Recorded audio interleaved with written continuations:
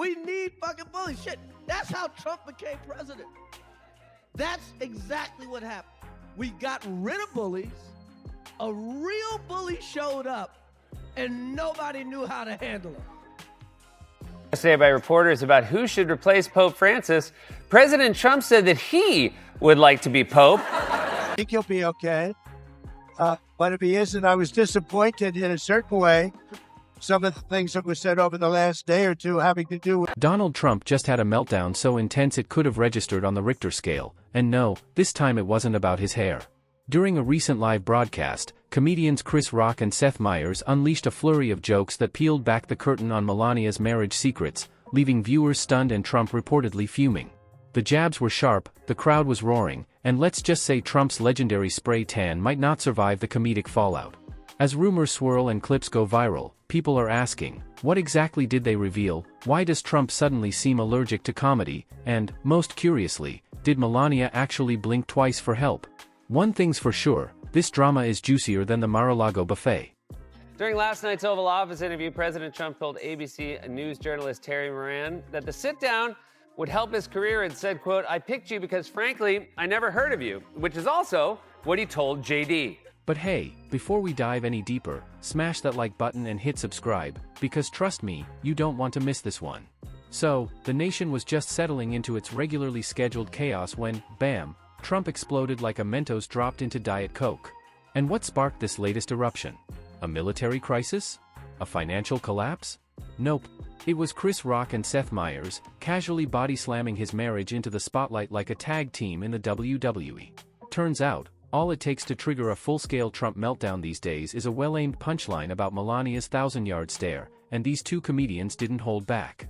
The apprentice is running the world. Trump, the daughter, Omarosa, they run the world, man. Yo, man, this shit is crazy. Nothing's gonna happen to Trump. Here's the crazy thing. It might just work out. Trump might work out. Chris Rock, in his usual fashion, threw shade so effortlessly it might have triggered a solar eclipse. Right behind him, Seth Meyers delivered precision sarcasm sharp enough to slice through titanium, and straight through Trump's paper-thin pride. The comedy duo didn't hold back, dropping zingers about Melania looking like she's starring in a real-life hostage video. And somewhere in Mar-a-Lago, sources allege a golf club may or may not have shattered against a wall. The timing? Suspiciously perfect. He spoke on the phone yesterday with Amazon founder Jeff Bezos, but even he doesn't know how to cancel your Prime membership. It's just I don't think I need it anymore. Social media, of course, did what it does best, turned the entire debacle into a full-blown meme marathon. TikTok lit up with clips of Melania's greatest hits, dodging Trump's hand like she was sidestepping lasers in Mission Impossible, flashing that now iconic death glare at the inauguration, and delivering a smile that vanishes faster than Trump's tax returns. The internet had a field day, and Melania unintentionally became the star of a digital roast session she probably never signed up for. Trump is not playing, man. That's right. This time is totally different. He's working with the #1 African-American in the world, the richest African-American in the world, Elon Musk. That's right. He is African-American. Elon got more kids than the Cleveland Browns. Trump, naturally, lost it. He retreated to his digital safe space, a glorified blog site with all the visual appeal of expired mayonnaise, and pounded out a rage-fueled post that read like a toddler dictating a manifesto. It was an all-caps, half-spelled, full-blown meltdown. The kind of unhinged rant that makes you seriously wonder if his Wi-Fi router runs on raw ego and cold cheeseburgers. Subtlety? Nowhere in sight. You know, I don't make a habit of complimenting Donald Trump, but today I have to give him credit. He actually followed through on a major campaign promise. Bravo, Donald, for keeping your word. Now, let's see what that promise was. I hope it was fixing the water pressure in our... And here's the kicker. While the world was glued to Trump's flaming overreaction to a couple of jokes, something far more serious was slipping under the radar. Because when Trump blows up over late-night comedy, it's usually a smokescreen for something way more disastrous, like, say, the economy flatlining faster than his approval rating at a science convention. This isn't new.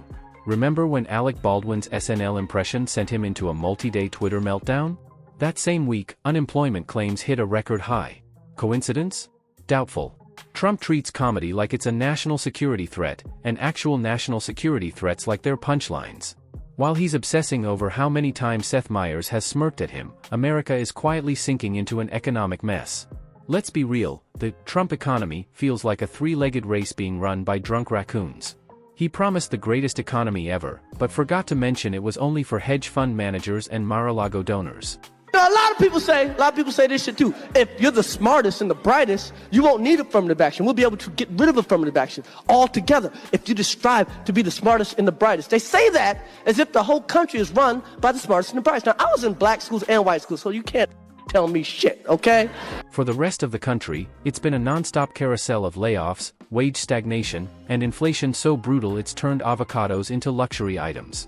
And just when you think the chaos couldn't get more theatrical, in waltzes Seth Meyers, armed with the comedic precision of a brain surgeon wielding a flamethrower, while Trump continues to govern with crayons and conspiracy theories. Seth doesn't just joke, he dismantles, tearing through Trump's political delusions and unraveling his marriage on live TV like he's hosting an HGTV show called Demolition, Deranged. Politically, Meyers attacks Trump's policies the way a raccoon tears through trash, enthusiastically, relentlessly, and with disturbing accuracy. He's not just pointing out hypocrisy, he's practically giving a guided tour with popcorn in hand. Every flip-flop, tantrum, and toddler-level policy pivot is met with receipts, punchlines, and a deadpan glare that screams, "This man had nuclear codes." Then, with sniper-like comedic timing, Seth dives into the Melania files, no mercy. While Trump screams, "Fake news," Seth's busy reading between the marriage lines, delivering jokes that sting harder than a prenup clause. Their public interactions have become his masterclass in awkward body language and political symbolism. At this point, it's not just comedy, it's public service. 1, 2, and 3 have been the lowest digits. Today that changes. The high numbers, they behave very badly, oftentimes, even savagely. Let's not forget that horrible day when 7, 8, 9. While Trump tweets rage and denial in all caps, Seth Meyers calmly roasts him into oblivion, one punchline at a time. With surgical wit, he exposes the man behind the MAGA mask, and the very, very reluctant woman standing next to him. And just when you think this political circus couldn't cram in any more clowns, enter MAGAnomics, Trump's masterclass in running the world's largest economy like a backyard lemonade stand managed by raccoons on a sugar high. This was the guy who strutted out like a WWE villain, snarling promises of the best economy ever, a phrase that, in hindsight, should have triggered every economic red flag imaginable. What we got instead was a glitzy brochure selling beachfront paradise, only to check in and realize the ocean view is just a painting, and the only water is leaking from the ceiling. So let's unpack the real legacy of Trumponomics. First up, corporate tax cuts, because clearly, what struggling Americans needed most was for billionaires to afford a second yacht with a gold-plated golf simulator. The 2017 tax overhaul was marketed as a gift to the middle class, but in practice, it became a high-speed wealth funnel straight into the Cayman Islands. The riches didn't trickle down, they cannonballed upward, while everyday workers were left with pink slips, free pizza Fridays, and motivational posters about resilience taped to cubicle walls. You know, Trump is he's like a dominant female boxer. He's like Ronda Rousey. You're like, God damn it, she can fight. And then you go, oh, she hitting girls. And then, because math is apparently a socialist conspiracy, Trump managed to launch the national debt past $36 trillion. Yes, trillion with a T, as in T is for, try not to cry while looking at your kid's future. But don't worry, folks, Trump reassured his supporters, that debt doesn't matter as long as you close your eyes and scream, fake news, loud enough. Meanwhile, America slipped into a quiet recession because why have a loud, obvious economic collapse when you can just mute the suffering and crank up the volume on whatever Melania's up to in Slovenia? Credit card debt hit record highs, not because Americans are living large, but because groceries now cost the same as a used Kia. People aren't shopping for luxury, they're just trying to survive the cereal aisle without having to apply for a second mortgage. GDP growth? Slower than Trump finishing a sentence without wandering off topic. And wage growth? Don't even ask unless you're ready to spiral into an existential crisis with your barista, who now charges extra for oat milk and emotional support. But hey, let's focus on the real threat to America, late-night comedians making fun of Trump's marriage. Because nothing says economic confidence like a leader throwing a Twitter tantrum over a Seth Meyers monologue, while Wall Street quietly smokes behind a dumpster whispering, "We're so screwed." Trump held a rally and sat down for an interview to mark his first 100 days in office. And you know what? He changed my mind. Before the interview, I thought the first 100 days had been really bad. But after the interview, I thought, oh, I see the plan. The next 100 days are going to make the first 100 days look amazing. Trump's economic vision was like a game of Jenga played by someone blindfolded, drunk, and wearing oven mittens. And now, every time the tower wobbles, his brilliant solution is to yell at the blocks and blame immigrants, Democrats, windmills, or possibly low-flow toilets. And just when the whole thing starts to collapse, he's already tweeting about how it was the greatest tower in history, and that Obama actually knocked it over 5 years ago. Classic. Want me to keep going on how this economic Jenga tower affects housing, healthcare, or student loans next? And speaking of collapsing towers, let's talk about the man behind the Jenga set. Trump's decision-making process has the precision of a magic 8-ball duct taped to a carnival mirror. Consistency? Not in this economy. The man flip-flops more than a beach resort during hurricane season. One minute he's screaming about bringing manufacturing jobs back, and the next he's outsourcing MAGA hats to a factory in Bangladesh. His policies don't follow a plan, they follow a mood swing. While the economy teeters and working Americans scream into the void of grocery store inflation, Trump's true priority remains clear, crafting the perfect caps lock tweet at 2 a.m. to dunk on a late-night comedian who called him orange. Be a war hero that got captured. I don't want to vote for nobody that got captured. I want to vote for that got away. He's the only world leader who cancels briefings because he's too emotionally drained from being mocked by Chris Rock. This isn't governance, it's a live-action reality show where the prize is global instability, and the judges are all imaginary. But hey, at least it's entertaining, like watching a toddler pilot a spaceship. You're terrified, but you can't look away.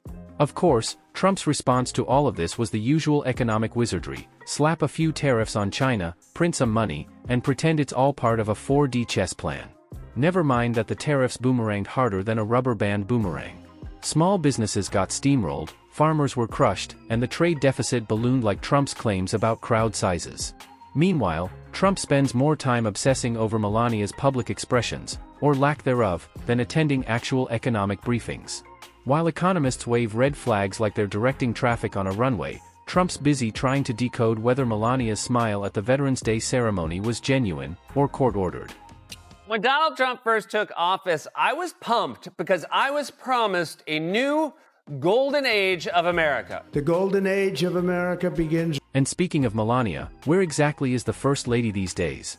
Last seen blinking in Morse code during a Christmas tree unveiling, Melania has become the most elusive figure in American politics.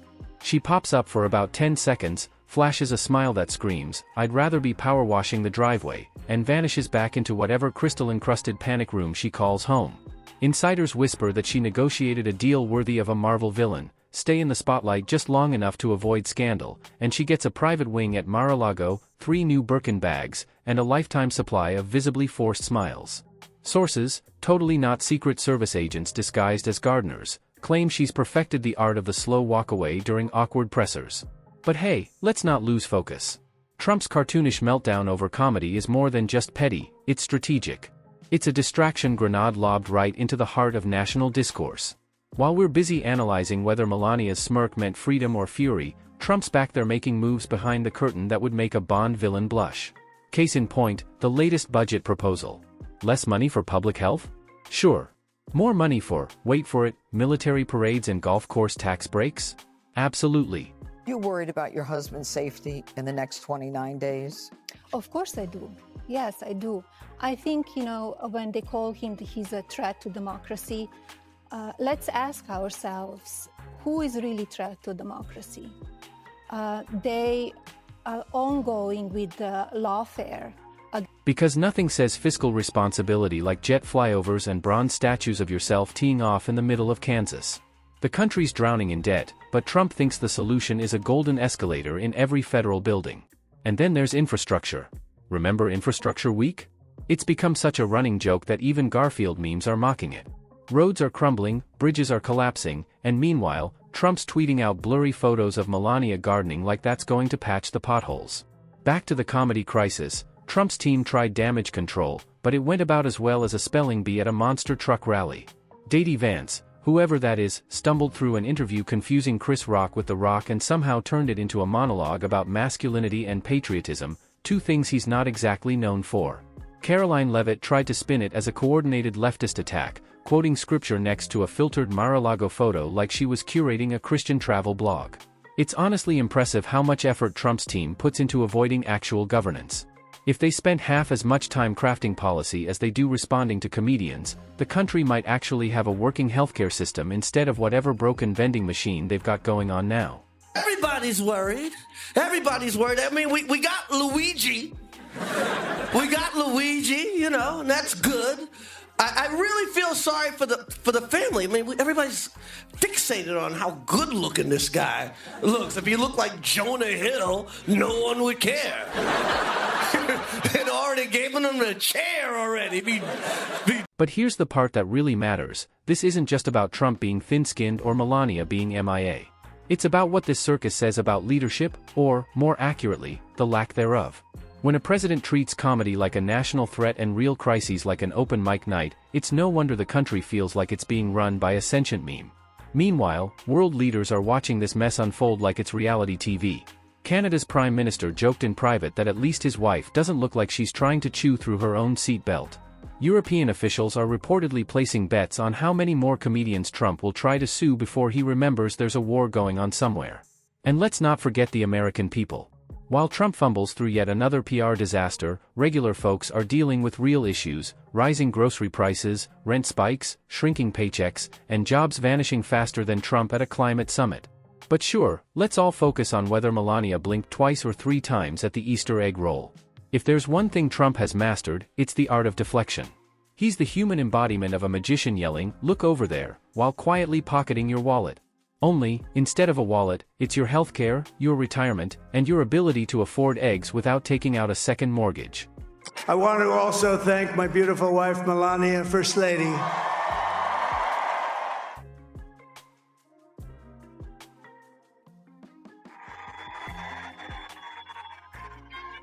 Who has the #1 best-selling book in the country. Can you? And the best part?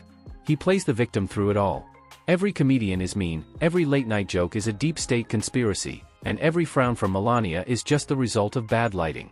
Never mind that her eyes have been sending Morse code messages to Slovenia since 2017. So what's next? Will Trump start banning comedians from airspace? Launch an executive order declaring sarcasm a national threat? Honestly, nothing's off the table at this point. We live in a timeline where satire is just journalism wearing a clown nose. But if Trump thinks roasting from Chris Rock and Seth Meyers is brutal, he might want to avoid the economic forecasts. In the Trump era, it's the only thing that still makes sense. So next time you see Trump foaming at the mouth over a late-night joke, just remember, it's not about Melania. It's not about Chris Rock. It's about covering up the fact that the emperor has no clothes, no clue, and definitely no sense of humor.